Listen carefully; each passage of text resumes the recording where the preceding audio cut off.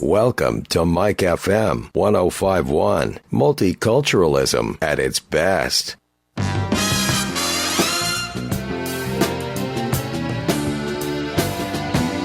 Mike FM. Good afternoon, ladies and gentlemen. Kicking off the drive home, welcome to Emerging Artists on Mike FM 1051. I'm your host, Chris Thomson, and today we are joined by Alex and Jared from the band Technicolor Dreamers, a great band out of Montreal. They just released a brand new EP called Falling Down. We'll be hearing a track from that a little bit later. So here they are, the Technicolor Dreamers. How you guys doing? I'm good. I'm good. How are you? Excellent. Thank you very much. Let's start off by telling us a little bit about yourselves. Yeah, so I'm Jared. I play guitar and I do backup vocals. And I was one of the original members of this band, I guess. So we've gone through a few, but myself and our other guitar player, Massimo, I think were the two first that started it. And Alex was the third one to jump on. Yeah, my name's Al. I'm the singer, and I write most of the lyrics for the band. And back early in high school, me and Mass started writing songs. He started playing guitar. I was just learning how to sing, and I met Jared through Mass's older brother's friends, and we started jamming with some Kings of Leon covers and a few Blink-182 covers, or whatever we could figure out how to play. And this was about 2014, and it's kind of all taken off from there. All right, cool. So could you tell us a little bit about your musical inspirations? Well, sure. I'll start. I mean, I'm a lover of the classics mostly, so I kind of like to stay stuck in the 60s and 70s, and there's not too much new stuff I listen to, but I love the Doors, the Beatles, Frank Sinatra, and if I had to pick one new artist that I like to listen to, it'd probably be Kings of Leon or Lana Del Rey, actually. All right, cool. Yeah, for me, I think when it came to guitar, my first inspiration was Jimi Hendrix, and it eventually carried into Jimmy Page and some of those other guys, Keith Richards and whatnot. Just the older blues guys. I think musically for myself, it was mostly those three that drove me to want to pick up the guitar and learn how to play. As a band, I would say probably Kings of Leon was a huge influence. Like Al said, that was the band that I think we covered the most when we were learning how to play together and just try to build some chemistry. I think Kings of Leon was really the biggest band. Plus they had a new album out at the time called Mechanical Bull. So I think we were really riding that mechanical bull, so to speak. Nice. Yeah. Right on. So Alex, your voice is very unique. I find a lot of different elements come together from different bands, but you don't sound like anybody else. How did you come up with that? How did that happen? Well, I mean, when you're learning to sing, the best way to learn is through mimicry. Mm-hmm. So like I mentioned before, there was, when I was a kid, I loved Jim Morrison. So I had gotten that baritone aspect from guys like Jim Morrison and Frank Sinatra, but I also loved the melodies of the Beatles. So maybe getting up high there was channeling a little bit of Barry Gibb and Paul McCartney, but they're not necessarily impressions. That's just the way I taught my voice to get those places. Mm-hmm. Was, okay, if Barry Gibb could do it like this, maybe I can try to do that with, my larynx or my diaphragm.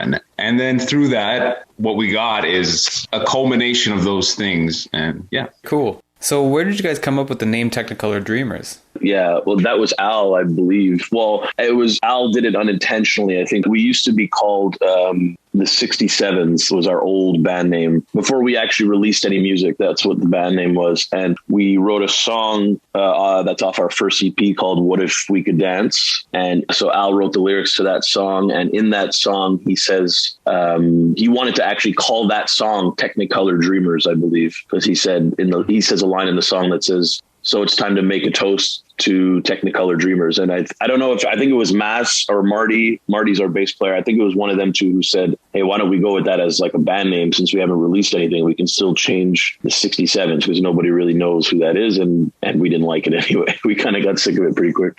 All right. Very interesting. You guys worked on this new EP with Tom from The Damn Truth. He produced it, right? Yeah, that's correct.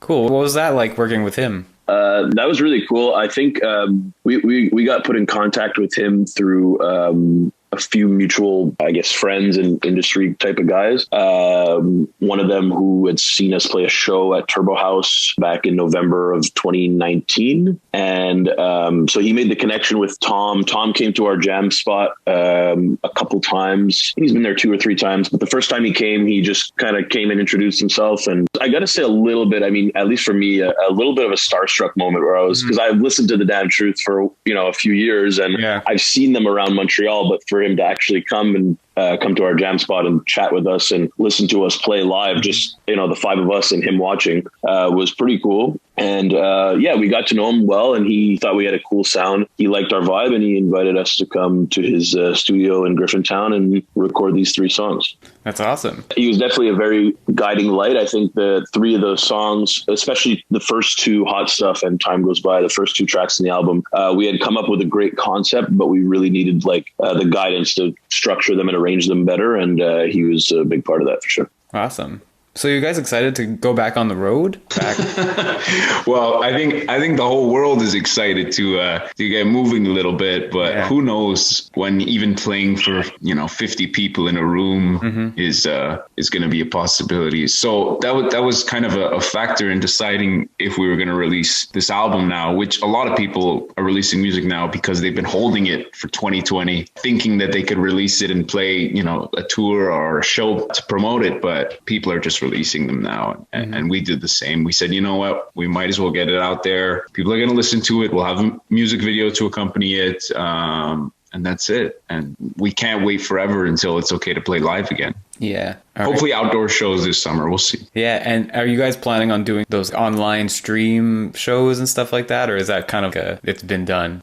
I mean, I really respect when bands do that, but I understand there's no other option. So I don't blame them, but I just feel kind of strange about charging someone $10 at the door and then they open the Zoom link and then they're at the show. It just doesn't seem right. Yeah, no, maybe we haven't perfected the VR technology yet to go to a concert from our living room. Mm-hmm. Yeah. And it's also not fun to play it either. You don't really get a feedback from the crowd or anything. It's not cool, What we do have is a live studio take of one of our songs coming very soon. And we might have another surprise music video, but that will be revealed shortly. Cool. And so the music video that you guys released with your EP on Friday, how did that video come about? That's directed by our bass player, Marty. And we got all our friends together and gathered all our resources. And we filmed that over the course of 2 days. And it was a blast. And awesome. I got to give it to Marty. He edited it. Our friend Emmett, did all the camera work. My girlfriend, Jared's girlfriend, our drummer Nick's girlfriend, they appeared in it. It was a real group effort. And I hope to make another one like that. Because like I said, it was a blast. Awesome. We also had a guy, Justin Tepeta, who you'll see is the protagonist of the video or the antagonist of the video. He's the yo-yo master, and that's an old friend of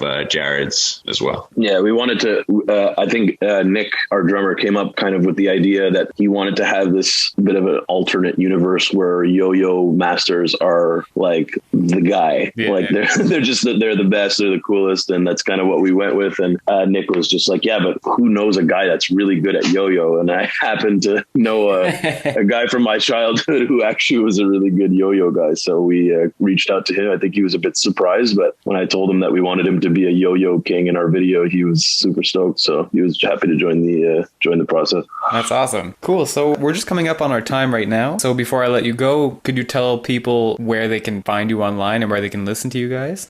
Yeah, sure. We are on Instagram and Facebook. Both are Technicolor Dreamers. Everything, all our music is available on all the streaming services: Spotify, Apple Music, Deezer, Google Play, Amazon, whatever you listen, whatever you use, Tidal. And our new music video, Hot Stuff, is out on YouTube. Technicolor Dreamers Hot Stuff official music video. Go check it out. It's a lot of fun. All right, awesome. Well, thank you guys for being on the show. Yeah, thank you for having us.